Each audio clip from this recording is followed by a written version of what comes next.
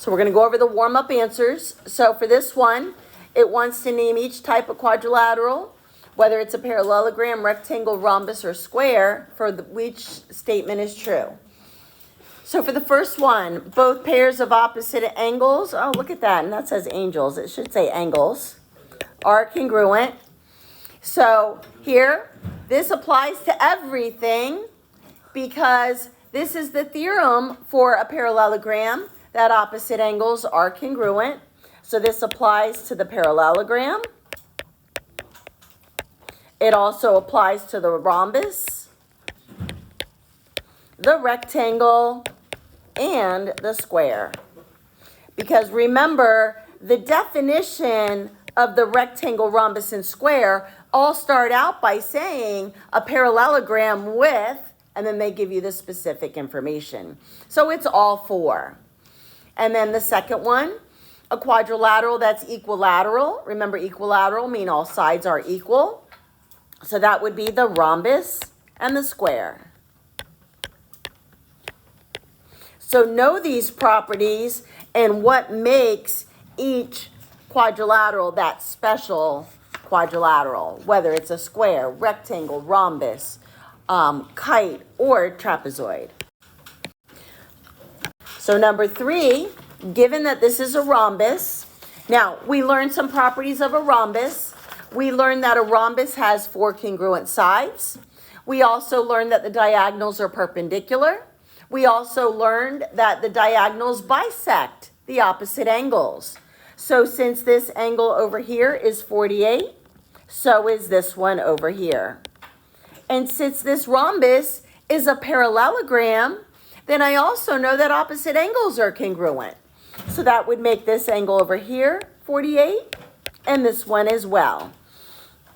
So now, the angle they wanted me to find was NPO, and NPO is right here, so the measurement of NPO is 48 degrees. The next one is a rectangle. So I know that in a rectangle, it's a parallelogram with 4 right angles. So each one of these angles in the corner are right angles. So what I can do here is look to see what angle I'm looking for. And I'm looking for angle RUS. And RUS is right here. Now, another property of a rectangle is its diagonals are congruent. And since all rectangles are parallelograms, I know that these diagonals are also bisected. So then that tells me now that each one of these little pieces of my diagonal are going to be congruent to each other. So these diagonals actually create 4 isosceles triangles. The one I'm going to focus on is going to be, so this 64 that's here is only for this one right here. So what I'm going to do is I'm going to figure out the measurement of this angle right here by doing 90 minus 64, and that little piece is 26.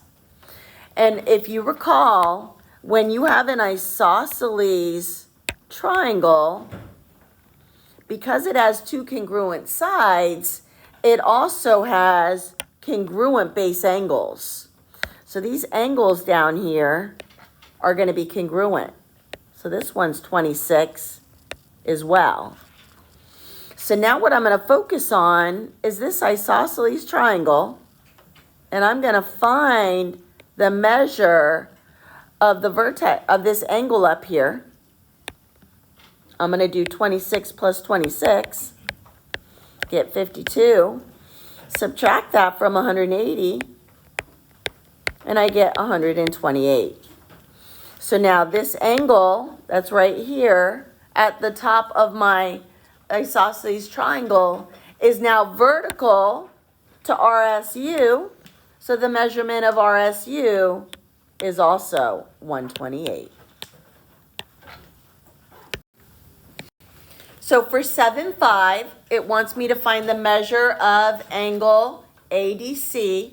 Now I did an example just like this in the notes. I did 2 of them. Remember, when you have an isosceles trapezoid, the base angles are congruent. So this base angle B is going to be congruent to this base angle C over here. And then also A and D are going to be congruent base angles. So the easiest way to find the measure of either A or D would be to recognize that AD is parallel to BC, and then I could use AB as a transversal, making these 2 angles supplements. So I'm going to do 180 minus 56, and that gives me 124. So angle A is 124, angle D is 124, and C was 56. That's the short way. The longer way would have been to have added 56 plus 56, subtract that from 360, and then divide by 2. Those were the 2 methods I taught you in the notes for finding the missing angles of an isosceles trapezoid. So to find the length of the midsegment, we're going to be using the formula base 1 plus base 2, divide by 2. So the 17 is going to be my base 1. The 33 could be my base 2. It really doesn't matter because we're adding them. And addition is commutative. So I'm going to add the 2 sides of the trapezoids, or the 2 bases of the trapezoid. I get 50, divide by 2, and the length of the midsegment is 25. Know the midsegment formula for tomorrow. Okay, so for this one, it says use the figure to find the indicated measures. Notice that I have 2 congruent consecutive sides here, and then the same thing over here, making this figure a kite. And I know that a kite has congruent angles that are formed by the 2 non-congruent side pairs. So this angle up here is going to be congruent to this angle. And that's actually the answer to the next question. True or false? 1 pair of opposite angles of a kite are congruent. That answer is true. I just demonstrated that in this kite. But let me go ahead and add in the measures of these angles that they gave me. So they gave me the measure of XYZ, which is this angle right here, and it's 80 degrees. So this whole piece of the kite here. And then the other tip of the kite here, this is angle XWZ, and it's 48. So now that I recognize that this kite is a quadrilateral, and I know that all 4 angles add up to be 360, I'm going to add the 2 that they have, that I've given, 48 plus 80, and this gives me 128. I'm going to subtract that from the total, which would be 360, which is now going to leave me 232 degrees for the remaining 2 congruent angles. So now I take that 232, divide it by 2, and each of those angles are equal to 116. So the answer to the question, what is the measure of YZW? It's 116. All right, here we go. We're going to first list the properties of a quadrilateral. Okay, so first thing we're going to do is just talk in general about a quadrilateral. So a quadrilateral is just a 4-sided polygon. So a 4-sided polygon, 4 sides in the polygon makes it a quadrilateral. Also, what we know is that all the angles, and this is both interior and exterior,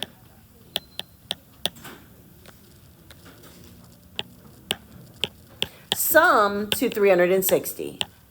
So all the interior angles of a quadrilateral and all the exterior angles of a quadrilateral always add up to be 360.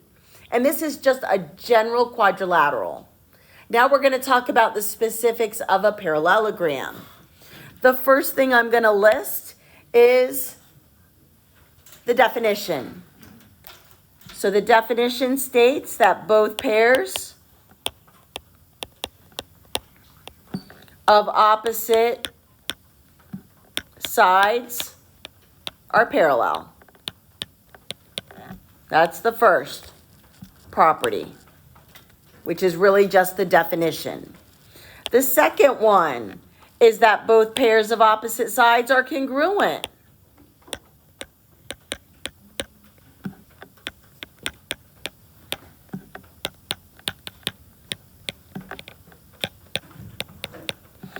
The next property is that both pairs of opposite angles are congruent.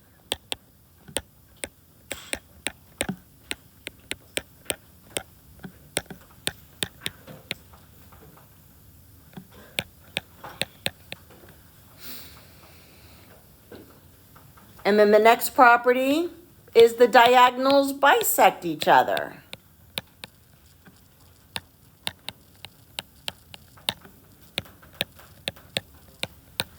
And then the last property is the consecutive angles are supplementary.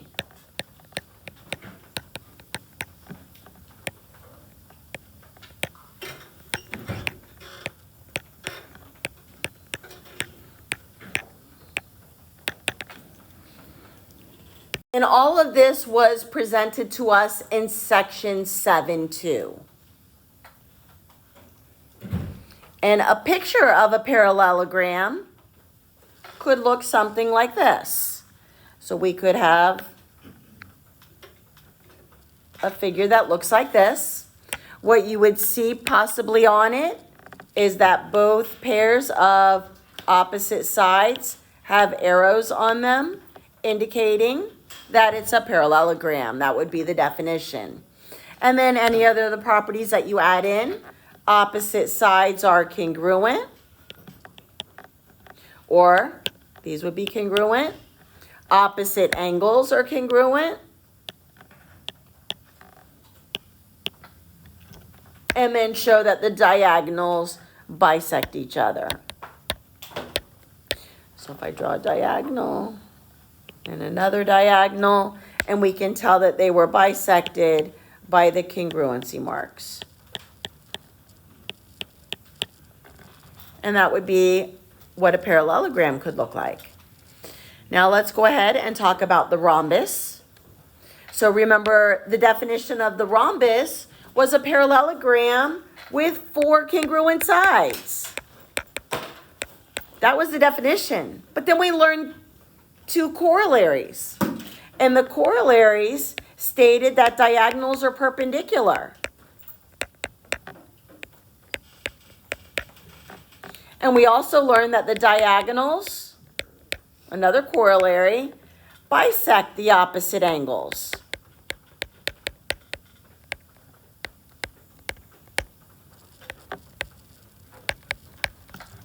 And we just demonstrated that in the warm-up that we just completed for 7.4. Remember, 7.4 was where we covered these special parallelograms, the rectangle, the rhombus, and the square. So a rhombus could look like this. And these would be congruent sides. We could add in the diagonals. And notice once those diagonals are drawn in, it now creates 4 little right triangles. And then those diagonals also bisect these opposite angles. And that would be a picture of your rhombus. And then for the rectangle, I'm going to do the rectangle first, and then because the square has everything else. So for the rectangle, the definition stated that it is a parallelogram with 4 right angles.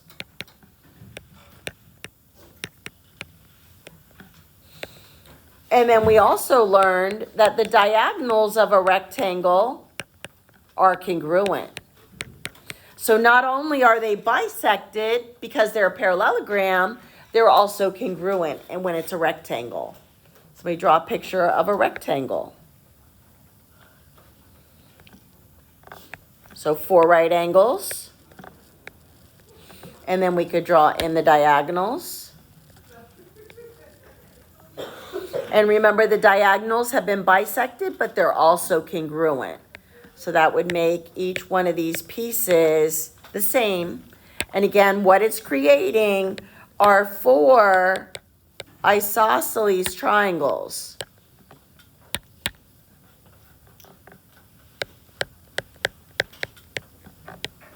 And remember, this one was creating 4 right triangles. And again, all of the properties of the parallelogram are also in this rectangle. Opposite sides congruent, opposite angles congruent, all the other properties as well. And now for the square, it has all the properties of everything that I have written down here. It's got the 4 congruent sides, which it got from the rhombus, and then it also has the 4 right angles that it got from the rectangle. And then all the other properties that are listed next to it from the rhombus and all the properties from the rectangle. And then all 3 of these have all of the parallelogram properties. And then they all have all the properties of the quadrilateral. Square for you. So a square could be, draw them in purple. So here's your square, 4 congruent sides, 4 right angles.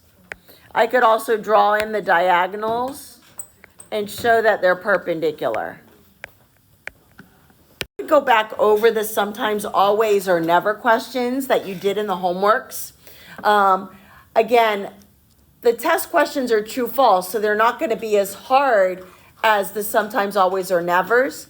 But read through the answers and their explanation of why the answer was sometimes, always, or never. So all the properties of the square are they all have the properties of the rectangle and the rhombus. So yes, the diagonals of a square are congruent. Okay, so here's our first proof. So set up your statements and your reasons. This would be a nice question for the test. Okay, not too hard. So don't forget about your given. It's worth points. So number 1, A, B, C, D, E, B, G, F, and H, J, K, D are parallelograms, given. Now, what they're asking me to try to prove is that angle 2 is congruent to angle 3.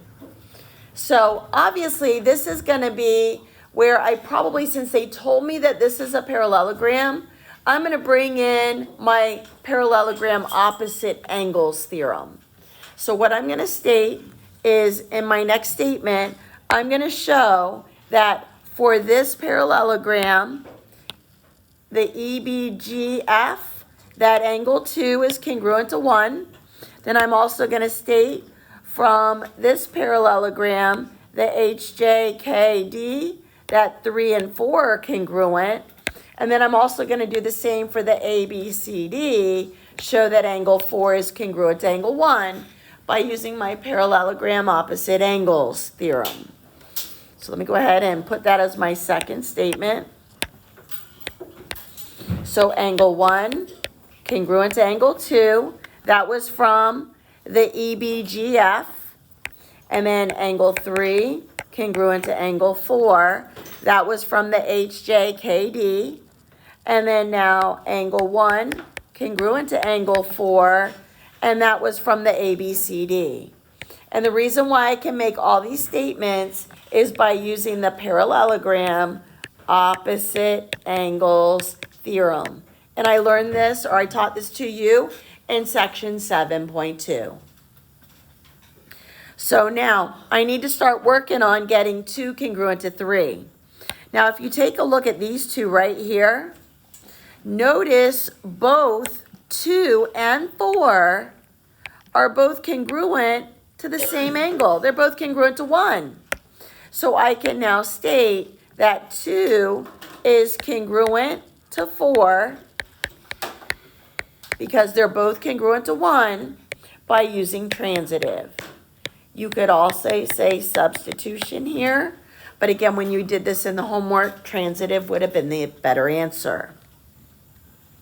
Now that I've established that 2 is congruent to 4 and 3 is congruent to 4, so now I'm going to look at these two together and notice they're both angles 2 and 3 are both congruent to 4. So now I can state for my last statement that angle 2 is congruent to angle 3, and that reason again is a transitive because they're both congruent to angle 4. And again, if for reason number 3 or 4 you said substitution, that would be acceptable as well. Let me go ahead and get my statements and reasons set up.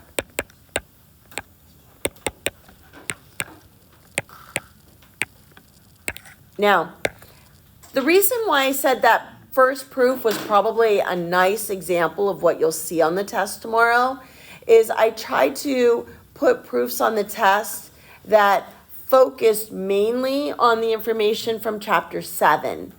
This proof, however, is going to reach back to chapter 3, which still is fair game on a test question. But again, your proof questions are going to be probably more focused on 7. However, transitive wasn't taught in chapter 7. It was from a prior chapter, so it's still fair game. So anything that you've learned in any chapter is still a legitimate reason in your proofs. So let's state the given. Angle B congruent to angle D, which is also congruent to BCE. This is already marked in my picture. So now, this is given. I need to somehow get enough information in my proof to justify that ABCD is a parallelogram. And these were the 5 reasons that we covered in section 3. There are 5 ways to prove something's a parallelogram. We either use the definition, the new theorem, or the converses that we learned. So what I'm going to do here is I'm going to establish that since I have these 2 pairs of congruent angles right here, and if I look at this as being parallel, and this as being my transversal, I could state that AD is parallel to BC by using my corresponding angles converse, because that angle D and BCE are corresponding angles.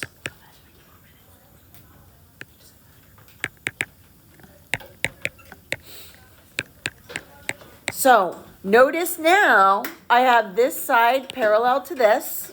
If I can find a way to prove that this side AB is parallel to DC, which I can, by showing this side is now parallel to this and using this as a transversal, these are now alternate interior angles.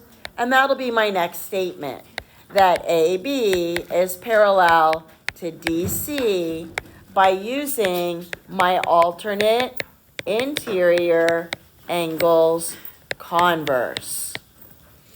And because I have now shown that I have both pairs of opposite sides marked as parallel, I can state that ABCD is a parallelogram And that reason is the definition of a parallelogram.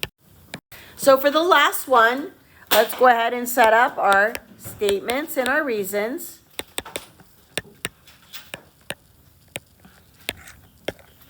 So number one, state the given, AD congruent to CB, and angle CBD is congruent to angle ADB given. So let's go ahead and see what we got going on here. So again, these two angles here, if you notice, these are actually, if you think about these two as being parallel and the purple as being the transversal, these are alternate interior angles. So I can actually state that AD is parallel to BC because I have a pair of alternate interior angles that are congruent and using the alternate interior angles converse. And now, because I showed that these sides are both parallel and congruent, I can state that ABCD is a parallelogram by using the opposite sides parallel and congruent theorem. This next slide, this is a summary of all the theorems we learned in 7.2. This slide is the summary of the 5 ways to prove that a quadrilateral is a parallelogram. This is just another visual representation of all the different types of quadrilaterals. Now, in that sheet that I filled out, I did not fill in any information about trapezoids or kites. You still need to know all the properties of a kite and a trapezoid, and specifically the isosceles trapezoid. And then here's another representation of just the parallelograms. And then here is a table form of all the information. So you can pick and choose what's the best way for you to organize your information, whether it's in this table form, the flow chart, what I just filled out for you, or you handwriting it, but you need to know all of these properties and know them well for the test. Tomorrow's Chapter 7 test has 19 questions. Of those 19 questions, 18 of them are multiple choice. There is one proof. That proof is worth 10 points. Okay, so do not leave it blank. Remember, the given and what you're trying to prove is worth points. Now, when I give you the test tomorrow, you can write on it. You are also going to answer the proof on the test. I'm also going to give you a Scantron that you're going to bubble in for the first 18 questions.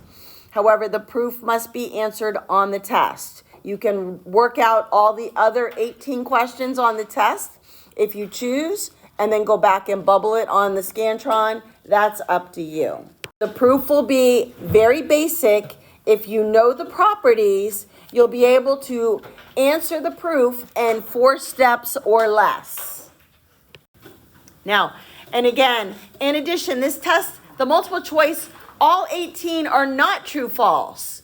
There's only like 4 at most, I think. Okay, the rest are calculations. So review your homework, review your notes.